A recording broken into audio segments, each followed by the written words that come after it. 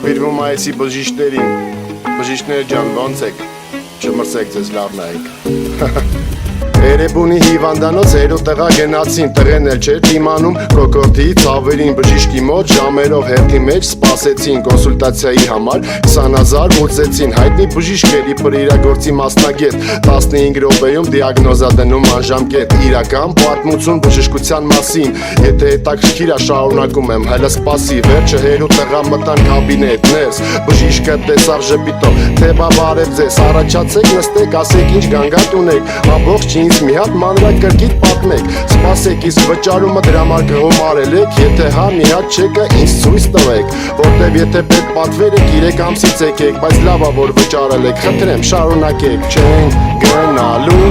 մենք բժիշկների ձեռը ընկնենք, ուզում մենք որ անպատճառ վիրահատեք, չենք գնալու մենք բժիշկների ձեռը ավիրվենք, ուզում ենք բժիշկներին այսօր դիմենք, վիճակը տղայի մոտ ծանր է, ասեմ ձեզ, որպես բաժնի մասնագետ ասում եմ ես, անհրաժեշտ է տղայի ամորձիները վիրահատել, առանց հետաձգել եւ առիթը բաց թողնել, մրսացրել ա տղեն կամ դուրսը սառը ջուր խմել, պետք է անալիզ հանձնել, հետո վիրահատել, սպասեք բժիշկ, ինչը պիտի վիրահատել, ամորձիները, այսինքն ձվերը կտրել, հոպ ստեղ հլը մի րոպե ասես տղուհերը, կանգնես ոտքի բրդելով հետ տակի աթորը, իմ տղեն առողջ ա ու կարիք չունի սենց օրով գնա ձվերը կտրի ձեր ասած դիագնոզով, երեզենը գցեց գլուխը ամբողջ կաբինետով, տղուն վերցրեց ու գնաց մատավերև հանելով, քել հելանք ստեղից, էսի գժանոցը աչքից լրիվ են ծնդել,